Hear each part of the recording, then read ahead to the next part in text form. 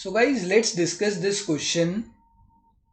Question is, what happens to the difference between average total cost and average variable cost as production is increased? जैसे जैसे production मतलब क्या है? Production का मतलब है आउटपुट। प्रोडक्शन का मतलब है आउटपुट। जैसे जैसे आउटपुट इंक्रीज होता जाएगा वैसे वैसे ए एटीसी, किन दोनों की कर्व के बारे में बात कर रहा है। एटीसी मतलब average cost and average variable cost के बीच का डिफरेंस में क्या क्या हमें चेंजेस देखने को मिलेगा।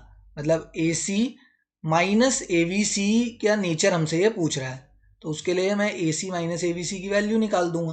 पहले यहीं पर एक बारी ग्राफ में नेचर देखते हैं, उसके बाद ऐसे भी समझा देंगे।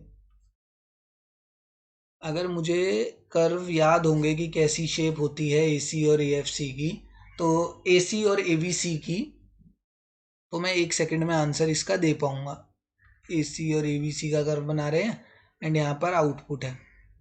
अब बोला है आउटपुट इज इंक्रीज। जैसे जैसे आउटपुट इंक्रीज होता जाता है तो एसी की जो शेप होती है वो तो होती है इस टाइप से, एएफसी की शेप एवीसी की होती है ऐसे। ये रहा एवीसी एंड ये रहा एटीसी, या इसको हम एवरेज टोटल कॉस्ट या एवरेज कॉस्ट कर्व भी बोल देते हैं, एटीसी या एसी बोल देते हैं। ठीक है, एटीसी या एसी इसको हम बोल देते हैं। तो अब अगर मैं इन दोनों का नेचर में देखूं, अगर इसमें इतना पूछा है कि व्हाट हैपन्स, रीजन नहीं पूछा, तो इतना पूछा है कि क्या होता है इन दोनों के बीच में, तो मैंने क्या देखा, एज आउटपुट, रीजन भी बताऊंगा उसकी टेंशन मत लो। एज आउटपुट राइजेज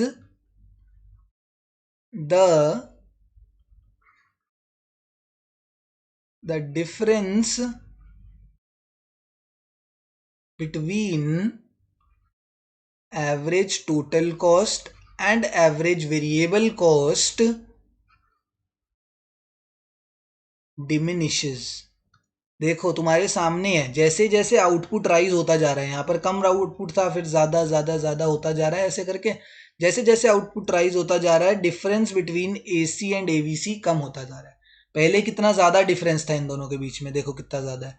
एंड में जाते जाते कितना सा डिफरेंस रह गया दोनों के बीच में, पहले इतना ज्यादा था एंड एंड में जाते जाते इतना सा डिफरेंस रह गया। मीट नहीं करेंगे ये एक दूसरे से, बट इनका डिफरेंस कम होता चला जाएगा, और जितना आगे जाएंगे उतना कम होता चला जाएगा। तो as output rises the difference between ATC and AFC diminishes. इसके पीछे का रीजन क्या है वो मैं तुम्हें बताता हूँ। अब मेरे को पता है एवरेज कॉस्ट का फॉर्मूला होता है, एवरेज टोटल कॉस्ट का वो होता है average variable cost plus average fixed cost.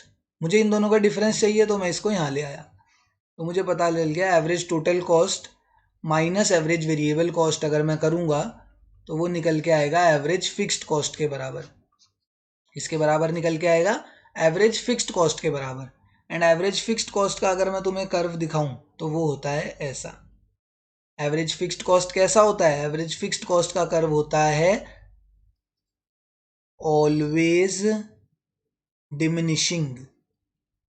इसका नेचर ही कैसा होता है? ऑलवेज डिमिनिशिंग नेचर इसका होता है। हमेशा एवरेज फिक्स्ड कॉस्ट जो है वो फॉल ही करता जाता है।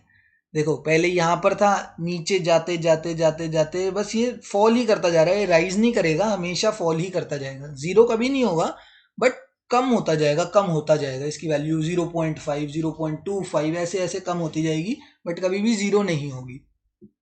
तो अब मुझे पता लग गया, क्या पता लग गया कि द डिफरेंस बिटवीन, डिफरेंस हम ऐसे भी निकाल सकते हैं। देखो हम एल्जेब्रिकली भी डिफरेंस निकाल सकते हैं एंड हम ग्राफिकली भी डिफरेंस को देख सकते हैं।